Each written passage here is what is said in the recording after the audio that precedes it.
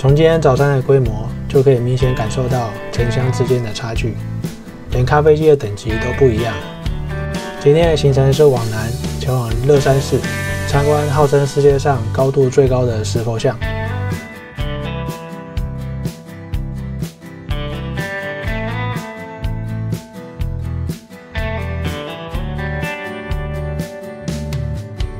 经过高速公路，在一个充满台湾味的休息区休息片刻，看起来经营得不错，也希望台湾企业能在中国持续发展壮大，为台湾争光。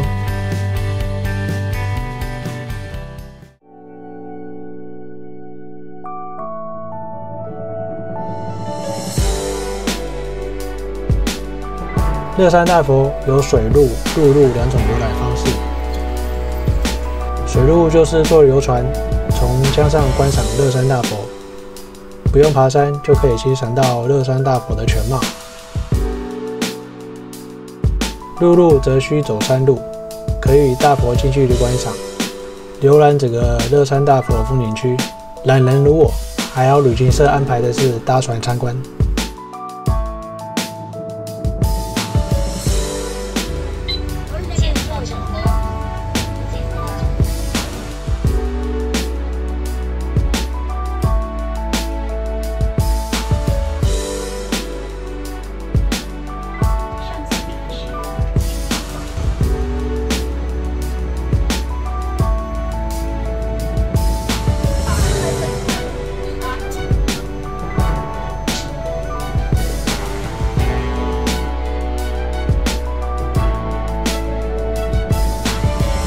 甲板上满满的人，后来我选择远离尘嚣，待在船舱内静静的欣赏。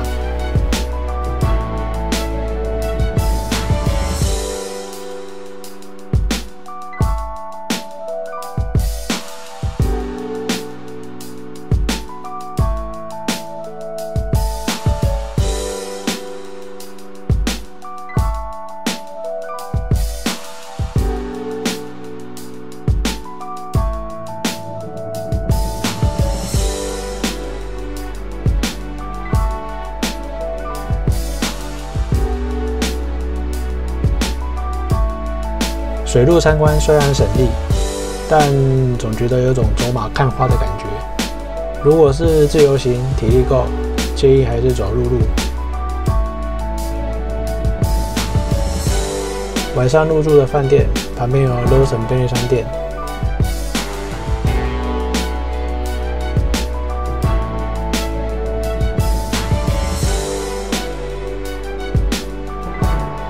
饭店内有 SPA 温泉，以及各种山水字画、装置艺术等。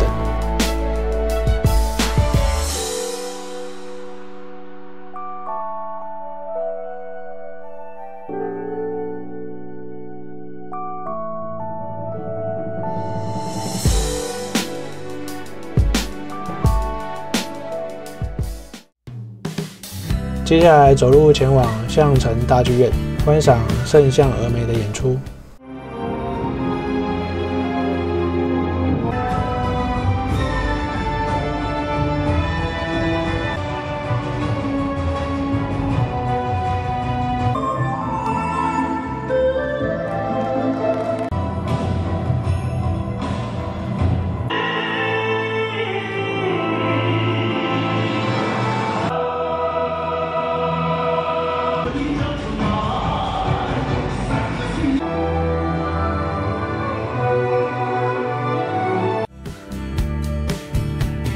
回饭店后泡个茶，装一下文青。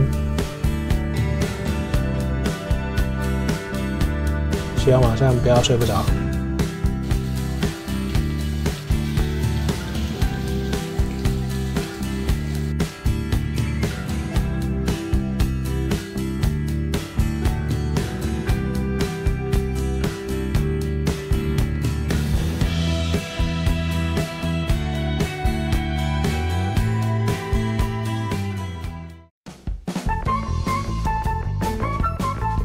用过餐后，前往峨眉山艺术馆。由于馆内不能拍照摄影，我就口述一下这个行程。一开始，工作人员会介绍一些馆藏，然后很巧的，馆长会突然来访，接下来就由馆长接手介绍。不得不说，解说得非常生动，让人热血沸腾，气氛嗨到最高点。在气氛嗨到最高点后，开始贩售馆内的商品，工作人员也默默地拿出了刷卡机。以上的经历呢，如有雷同，那就是雷同，这就是一个购物站。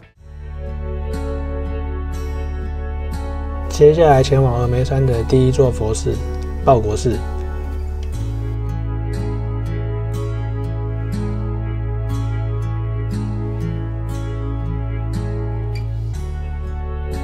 简单参观后，沿着阶梯往下走，即可抵达震旦第一山以及峨眉山的石碑。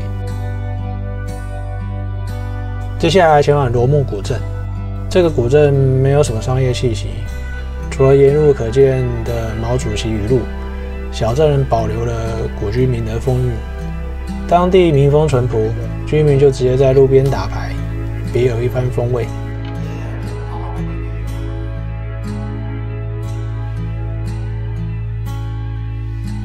最后来个当地特色豆腐脑，结束这个景点。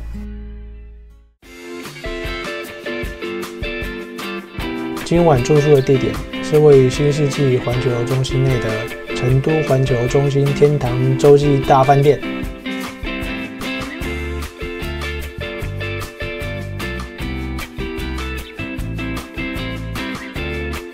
步入大厅后，摆放了现代艺术品和精美的摆设。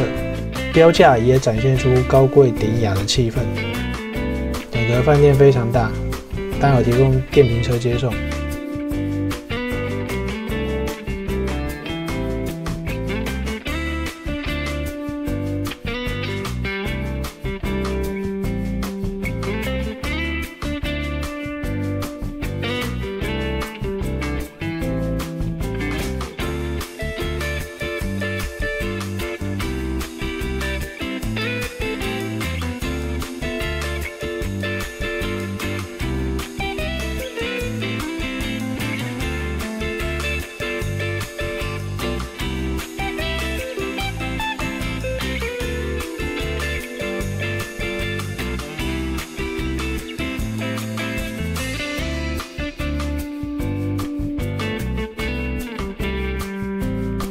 晚餐直接到美食街觅食，但是不能吃太多，要把肚子留给明天的早餐。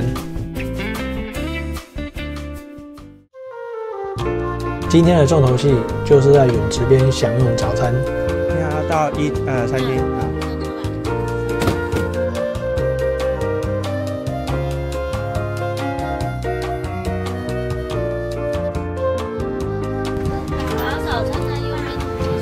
好，谢谢。对，吃早餐。2位。谢谢。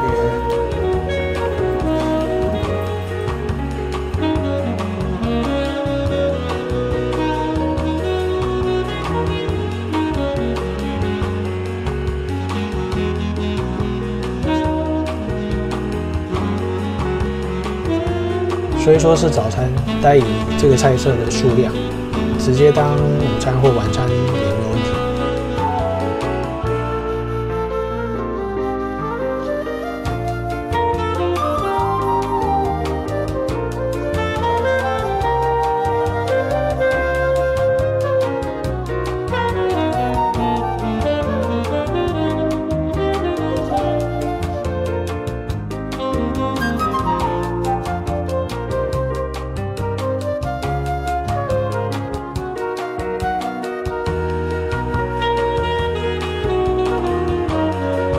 旁边就是行政楼房的餐厅，2楼有健身器材。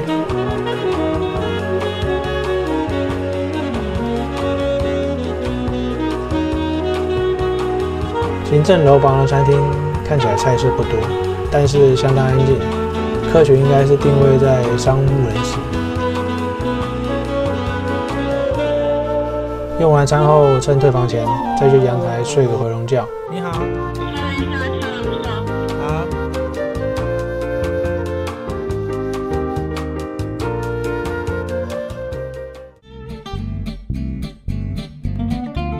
宽窄巷子是个热闹的商店街，首先看到的是古色古香的星巴克。穿梭在巷弄中，可以看到很多特色商品。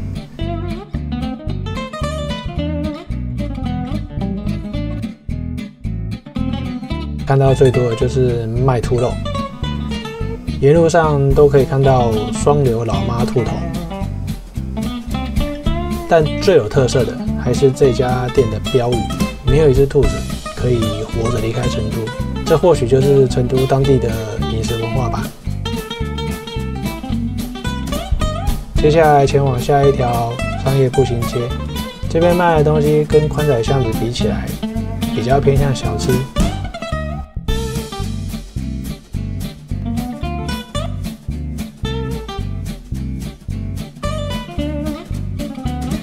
也有掏耳朵的，这么多客人应该是 OK 的。连走2个步行景点也是很累的。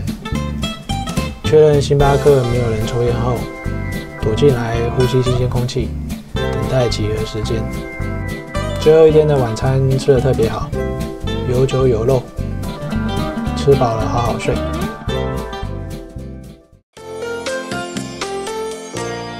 回台湾由于是早上7点的飞机，5点就要前往机场。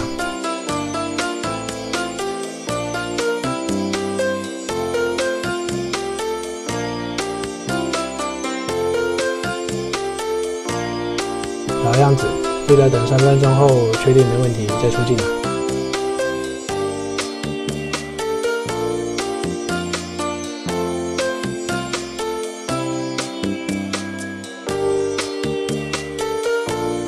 早上太早起床了，到了浦东机场，终于找到一个隐秘的地方可以补眠一下。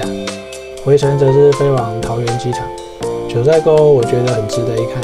如果地球真的没有地方可以再去的话，我应该会考虑自由行，在不同的季节再去一次。酒店的行程也在此告一段落，谢谢大家的收看，拜拜。